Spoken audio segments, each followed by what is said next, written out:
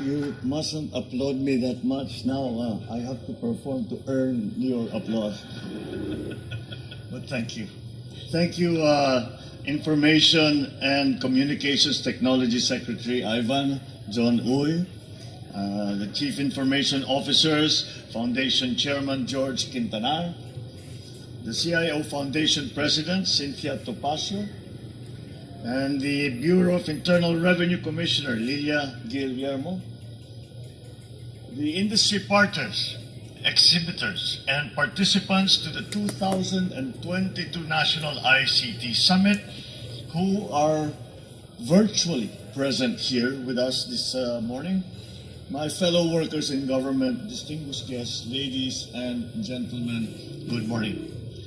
I'm sorry that we were a bit delayed, and I hope we did not delay your breakfast too much. But I could not help but go through all the booths and all of the displays that we have available to that we are presenters here in this ICT conference, and it's really gratifying to see that every time we come to this this technical. A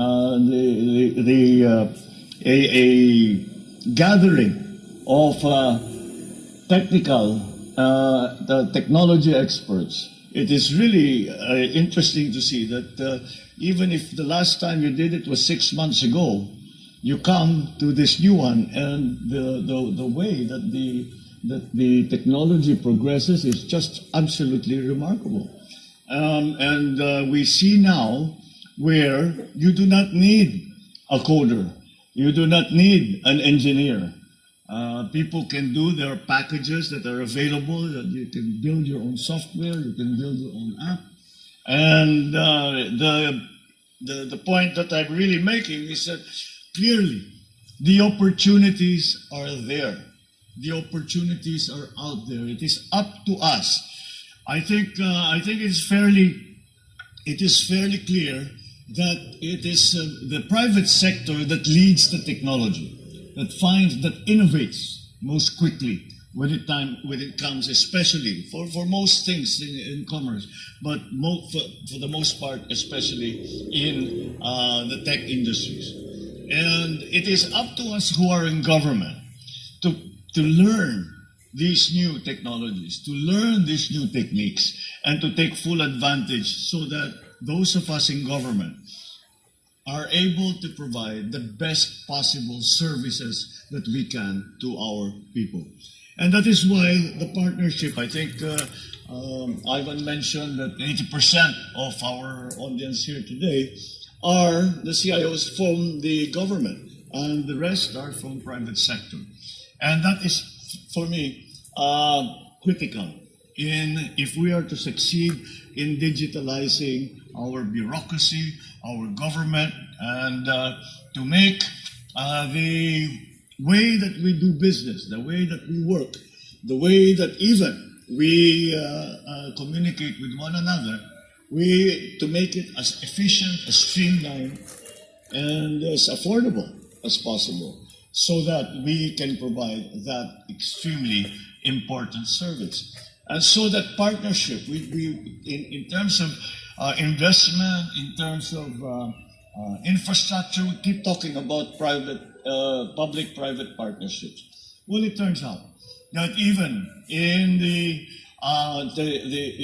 sector of information and communications technology, those partnerships are not a business partnership, but I suppose it is a sharing of technology, it's a sharing of knowledge, it is a sharing of the state of the art from the private sector with the public sector, and that working together that will bring us to success.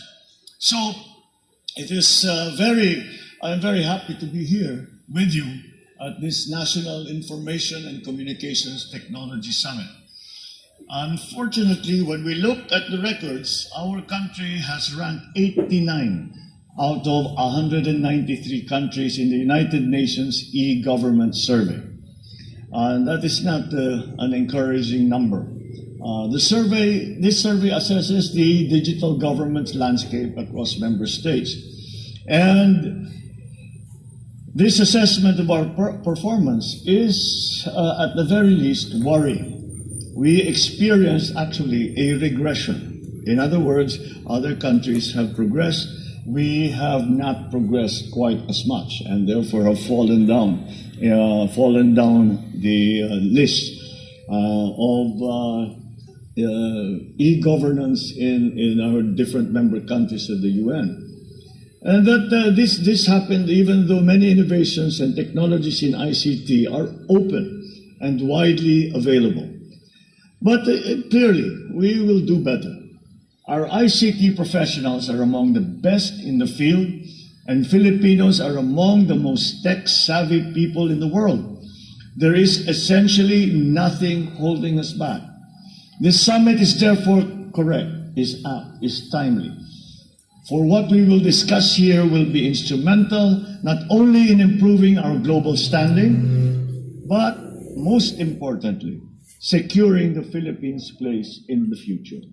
I thank the DICT and all our summit attendees for answering the call to find a holistic approach in harnessing the various technologies for the Philippines' digital transformation.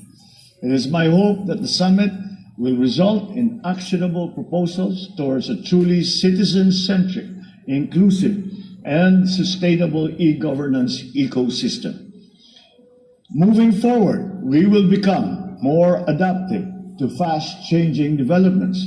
And in this endeavor, I speak once again of a cohesive public-private collaboration, and I find that this is necessary. So let's work together to optimize the opportunities provided by ICT for nation building. During the pandemic, it was clear that the private sector led the way in employing technologies and innovations that deliver faster and better results to its stockholders. There's nothing holding government back from adopting these improvements to perform better in its tasks. In the same manner, there is also a need for the public sector to work and partner with the private sector to encourage growth, promote investment, make sure that private enterprise acts in the best interest and welfare of the general public. To achieve this end, we are committed to realize the vision of a digital Philippines. We will achieve this by enhancing the country's digital infrastructure, improving the regulatory framework for innovation, ensuring cybersecurity, and developing the country's digital workforce, amongst other things. The government will also facilitate the swift passage of the e-governance and e-government bills, and I am happy to report that at the last meeting of the LEDAC, which is the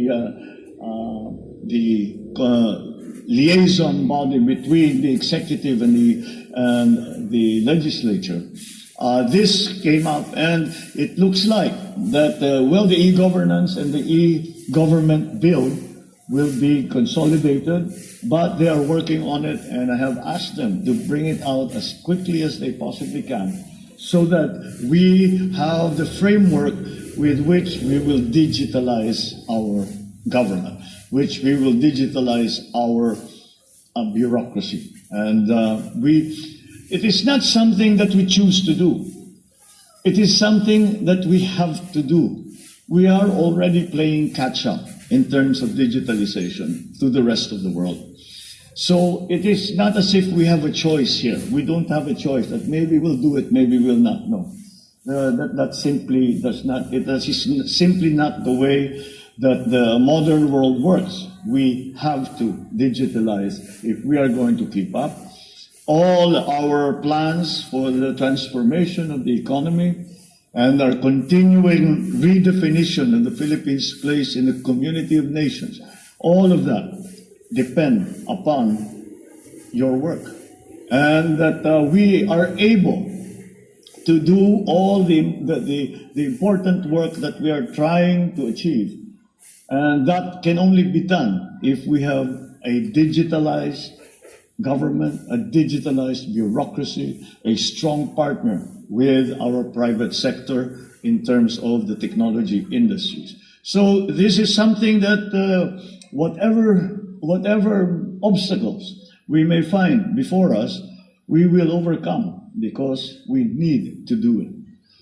So these the bills that we have asked the legislature to pass will enable to ensure fast, transparent, and efficient government service for the Filipinos. I therefore call on all our servant leaders in Congress to help accelerate the approval of these bills once again. As I said earlier, there is nothing that I can see that should hold us back from getting the future that we want. We have the tools, we have the knowledge, and most importantly, we have the people. All that is left to do is to have the will and the resolve to achieve it. So I reiterate my call to our partners.